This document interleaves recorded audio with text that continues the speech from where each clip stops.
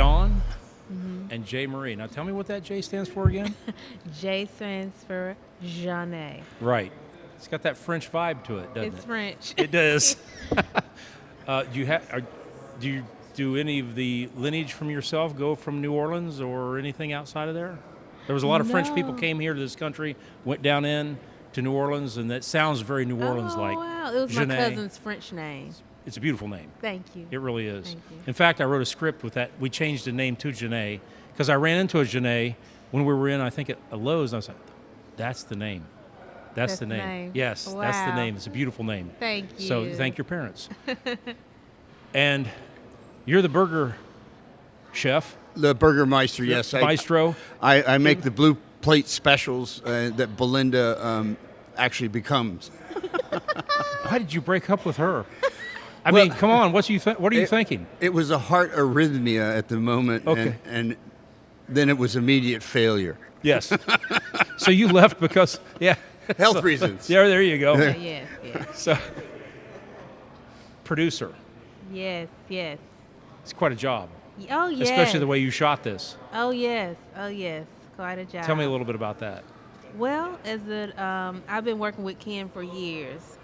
Started off as an intern, Right. Then ended up as a production coordinator, and then I got hired as a producer on every project. And this project, I was executive producer. But I did produce the set because I was so used to working with Ken. But it is a difficult job. But what I want to say is because of the strike, there were many people on our set that were had been masters at their craft, head of departments that had worked on some great films like Selma and Haunted Mansion. Oh, really? Yeah. We had some great people that were working on our set, and it turned out to be amazing. And I felt very privileged to have worked with all of those people. Mm-hmm.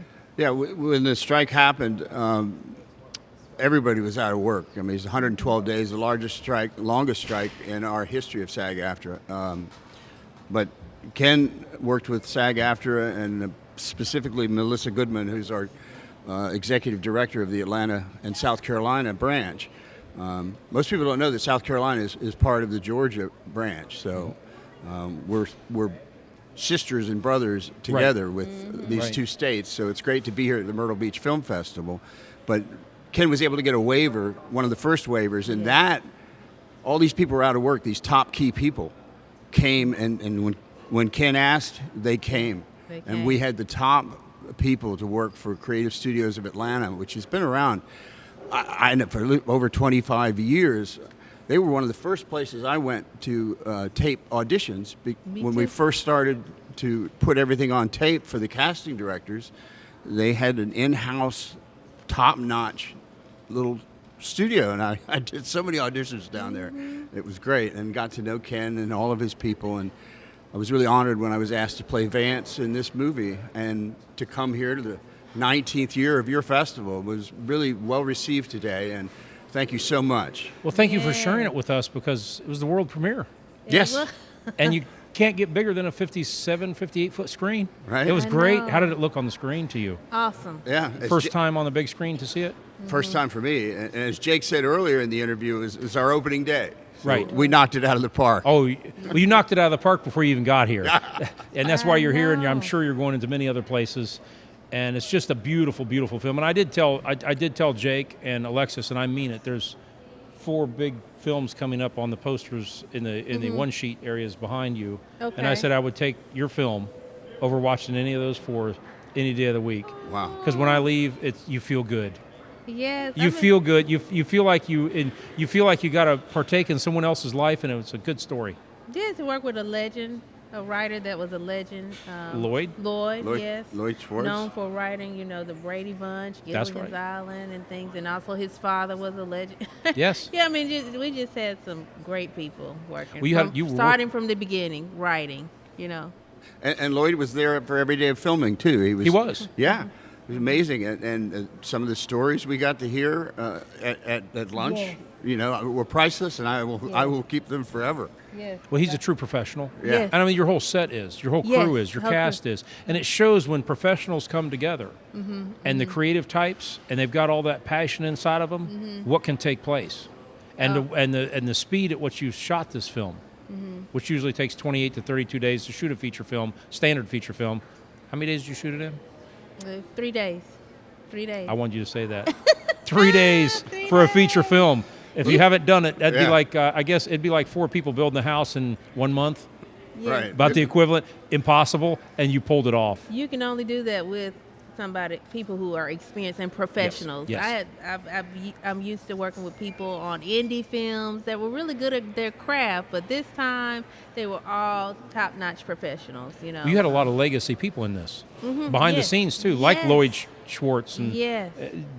all the Yes. Ken and a lot of people Yes. that are legacy people. Oh, yeah. And bringing that craft or their talents to the set makes for a wonderful experience, don't it? It was. I was just on cloud 10. 10, They say cloud 9. Cloud 10. I was on 10. right? It was back to 1 all the time, but we never had take 12. You know, it just didn't happen Right. on this because of the single shot layout was very unique, and it challenged particularly Jake and Lexus to tap dance around the Steadicam, the boom, the cables, the things you didn't see in a very tight set. I mean, I would say it's a large New York 1-bedroom apartment is the set that we used. Yeah. So if you imagine the scope of that, and most people who have lived in New York know what I'm talking about, but we crammed it in and it worked. It was amazing. Yeah. Beautiful film. Yeah. Thank you so much for sharing it with us. Thank you. And do you have anything on the near future that you're working on? You want to? Yes, we have 2 more features that Ken has mentioned. Yeah. Me So you're producing on. really a team that works Oh, together. yes, I'm very organized, and Ken always comes to me about trying to finalize things, and I like to work in perfection. I like to operate in like perfection and just making sure everything is on point, and I'll be able to tell Ken why. Right. I guess growing up with my dad is a federal judge and my mother was a food service coordinator.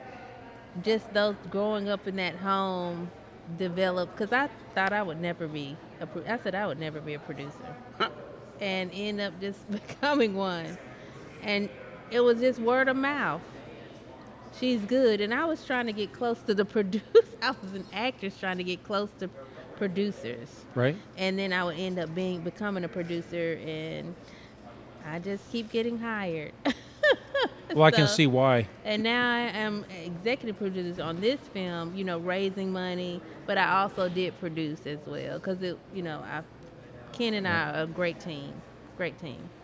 We work Well, you very work well like a together. clock. You work like clockwork. You can tell because you can't. I don't know of anyone else shooting feature film in 3 days that turns out like that. It was brilliant, Yeah. brilliant. So, thank you very much for coming and sharing your story and sharing your film, and hope to see a lot more from you. Thank you so Thank you. much. Thank you. And we'll see you hopefully in years to come. Oh Yes, yes, I want to see a yes. lot more. I want to see a lot more romantic comedies just like that one. Okay. Thank you.